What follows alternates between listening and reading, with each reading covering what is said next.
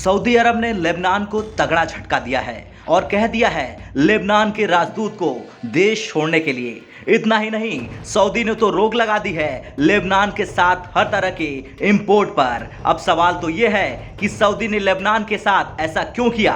तो इसके पीछे की वजह है एक लेबनानी मंत्री का वो बयान जिसपे उसने यमन में जारी युद्ध को सऊदी आक्रामकता बताया था। अब सऊदी के इस फैसले के कुछ घंटे बाद ही किंगडम ऑफ बहरीन ने भी लेबनान के राजदूत को उसी वजह से 2 दिन के अंदर अंदर देश छोड़ने का आदेश दे दिया।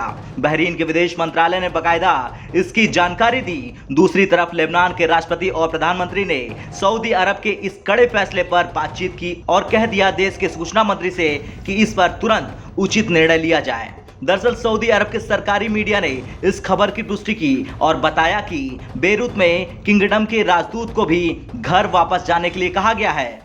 इस कदम से उन हजारों लेबनानी नागरिकों और उनके परिवारों पर कोई असर नहीं पड़ेगा जो फिलहाल तेल समृद्ध देश में रहते हैं और काम करते हैं। बता दें साल 2015 से ही यमन में युद्ध जारी है और इस युद्ध में सऊदी अरब का अहम रोल है क्योंकि सऊदी के नेतृत्व में यमन में हुती विद्रोहियों के खिलाफ जंग लड़ी जा रही है।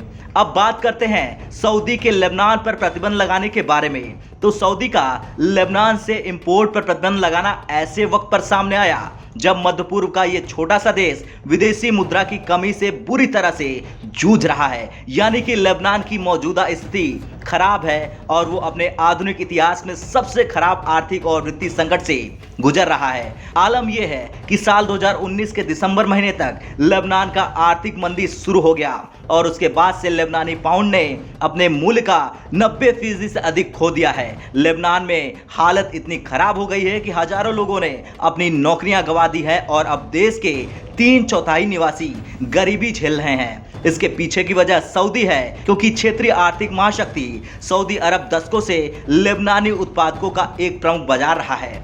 चलिए अब आपको उस लेबनानी मंत्री का बयान बताते हैं जो सोशल मीडिया पर खूब वायरल हो रहा है और फिर सऊदी ने लगा दिया लेबनान पर प्रतिबंध।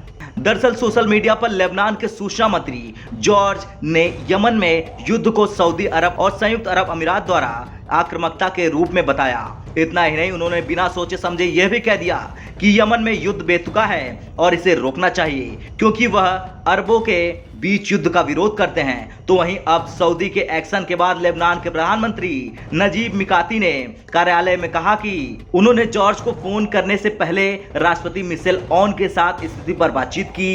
इस दौरान राष्ट्रपति से राष्ट्रीय हितों के खातिर उचित निर्णय लेने के लिए कहा गया। ब्यूरो रिपोर्ट, भारत तक।